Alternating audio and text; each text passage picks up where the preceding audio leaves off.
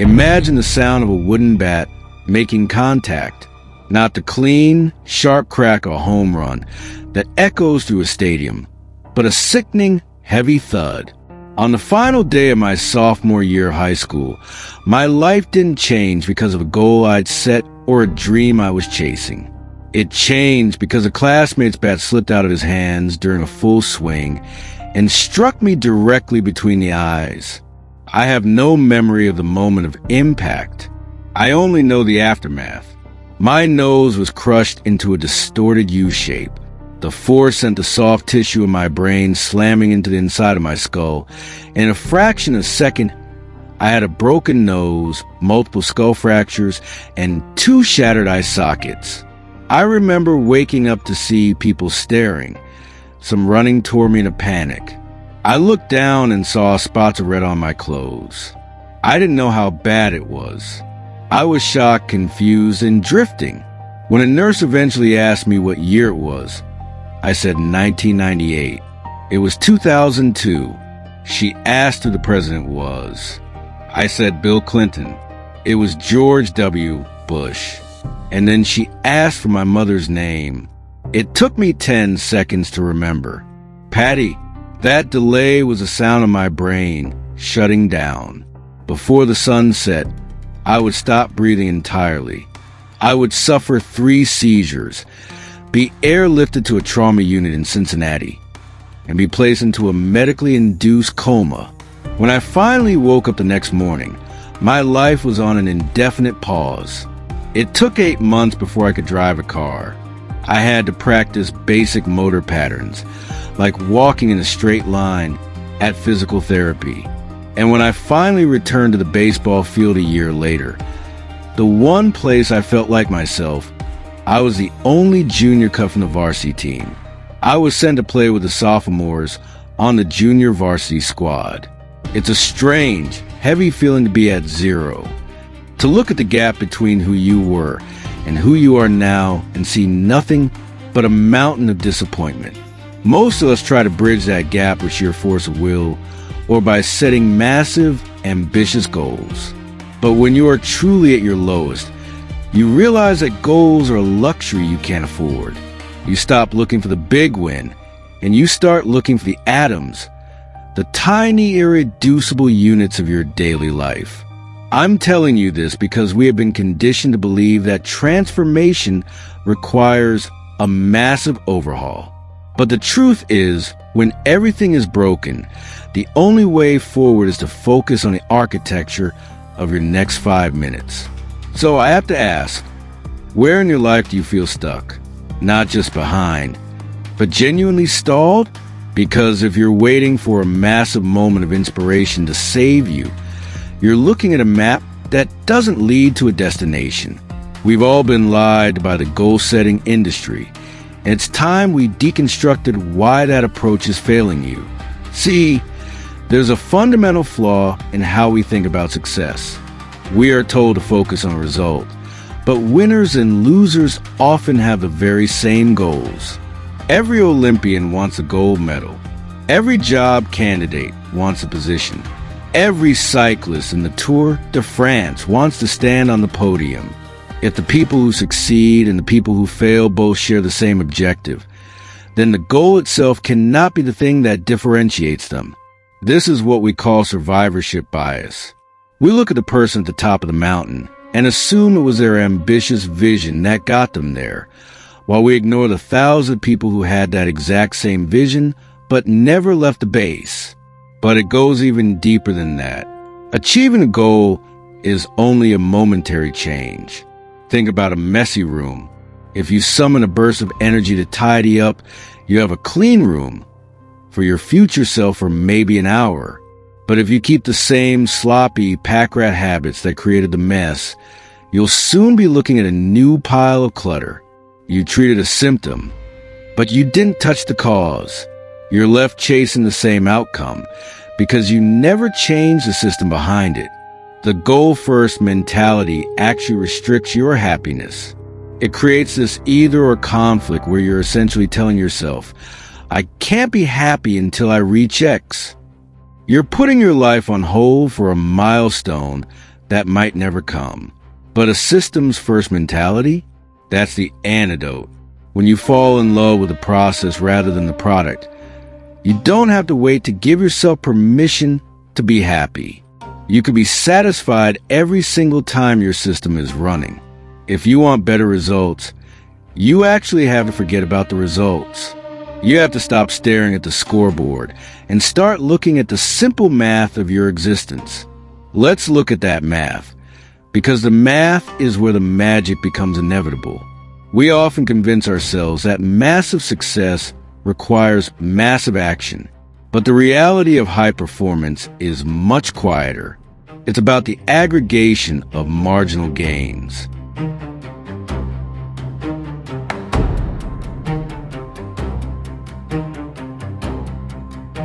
Consider the story of British cycling.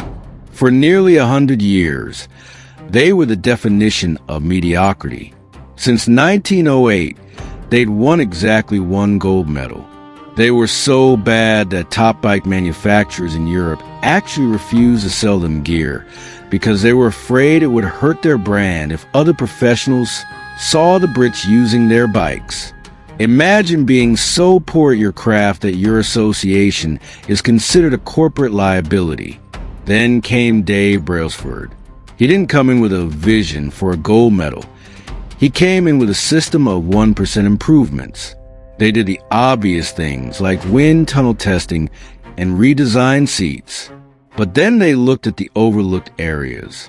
They hired a surgeon to teach the riders the best way to wash their hands to avoid catching a cold. They tested massage gels for recovery. They even painted the inside of the team truck white, so they could spot tiny bits of dust that might degrade the performance of the finely tuned bikes. People laughed at them. They thought it was trivial. But 5 years later, at the Beijing Olympics, they won 60% of the gold medals available. For years after that, they set 9 Olympic records and 7 world records. This is the 1% better rule. If you get 1% better each day for a year, you end up 37 times better. If you get 1% worse, you decline almost down to 0. But here's the part your brain hates. This progress isn't linear. It's like an ice cube sitting on a table in a cold room. It's 25 degrees. You heat the room to 26, 27, 28. Nothing happens. 29, 30, 31. Still nothing. Then you hit 32 degrees. The ice begins to melt. A 1 degree shift, seemingly no different from the ones before it, unlocks a total phase change. In the world of behavioral psychology, we call this the plateau of latent potential. It's why people quit. They've been working for weeks and don't see a result, so they think the work is wasted. But it's not wasted, it's being stored. Think of the Chinese bamboo tree. It builds an extensive root system underground for 5 years, barely visible above the soil. And then in a 6-week window, it explodes 90 feet into the air. Your brain perceives a trial and error phase as failure because neurological activity is high. Your brain is working incredibly hard to figure out the pattern, but the external result is 0. You have to realize that the energy is just being diverted to the roots. You aren't failing. You're just not at 32 degrees yet. But how do you make these gains stick? Why is it so easy to repeat bad habits and so hard to form good ones? It's because we usually try to change the wrong thing. Think of behavior change like the layers of an onion.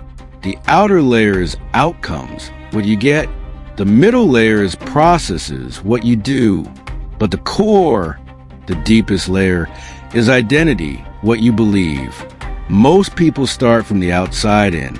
But true behavior change is actually identity change. Imagine a man named Brian who had chewed his fingernails for decades. It was a nervous habit he couldn't break. One day, he decided to stop until they grew out a bit, and then he did something strange. He scheduled a professional manicure. The manicurist told him he actually had very healthy, attractive nails.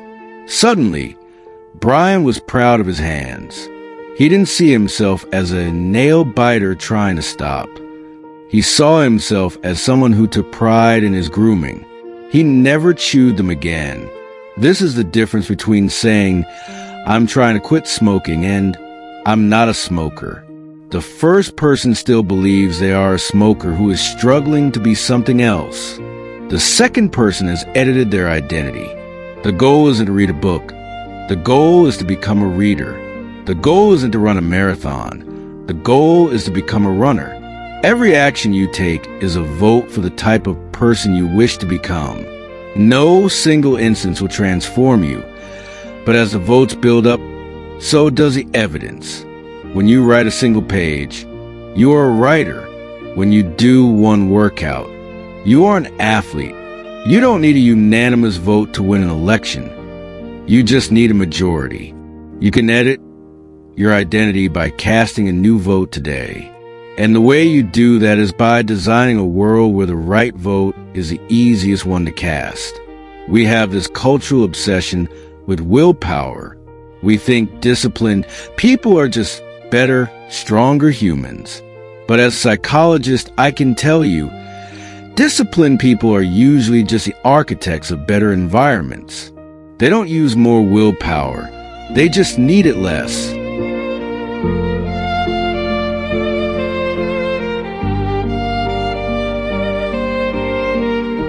Look at the Vietnam War. In 1971, 20% of U.S. soldiers were heroin addicts. The American public was terrified that hundreds of thousands of addicts were about to return home. But when they landed, only 5% became re-addicted within a year. Only 12% relapsed within 3.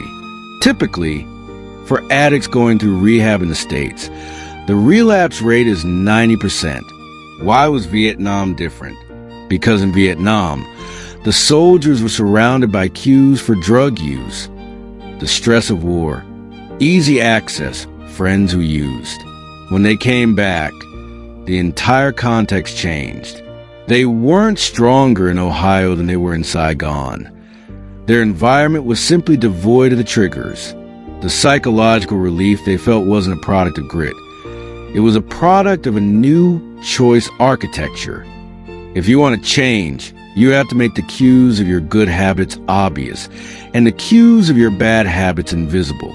This is the first law of behavior change. Look at a study from Massachusetts General Hospital. They wanted people to drink more water in the cafeteria. They didn't give a lecture. They just put baskets of bottled water next to every food station and filled the soda fridges with water. 2. Water sales went up 25%. Soda went down 11%. Nobody said a word. The environment did the work. You can do this at home. If you want to eat more fruit, don't tuck the apples in the crisper drawer where they go to rot. Put them in a big bowl in the middle of the kitchen counter. If you want to practice guitar, put the stand in the middle of the living room and use habit stacking. Tie the new thing you want to do to something you already do every day. After I pour my morning cup of coffee, I will meditate for 1 minute. You're using the momentum of your life to carry the new habit forward. You aren't relying on a burst of motivation. You're designing a life where the right choice is an inevitable one. There's a quote by the social reformer Jacob Riis that hangs in the locker room of the San Antonio Spurs. It says, "When nothing seems to help, I go and look at the stonecutter hammering away at his rock, perhaps 100 times without as much as a crack showing in it. Yet at the 101st blow it will split in two, and I know it was not that blow that did it, but all that had gone before." Mastery requires that kind of patience. It requires the understanding that you are not rising to the level of your goals. You are falling to the level of your systems. Back when I was in that hospital bed, blinded and unable to breathe on my own, I didn't have a goal to become an academic All-American. I didn't have a goal to write a book read by millions. I couldn't even walk in a straight line. All I had was the next 1%. The next vote for the person I wanted to be. That baseball bat was a blow I didn't choose. A blow that broke the rock of my life into 1,000 pieces. But every small habit I built in the years that followed was a blow I did choose. The 101st blow that eventually split the rock of my recovery wide open didn't happen by accident. It happened because of the 100 silent, invisible blows that came before it. You have the power to change your beliefs about yourself. You can choose the identity you want to reinforce today with the habits you choose today. Because in the long run, the quality of your life is simply the quality of your habits. Start small, trust the system, and never underestimate the surprising power of atomic habits.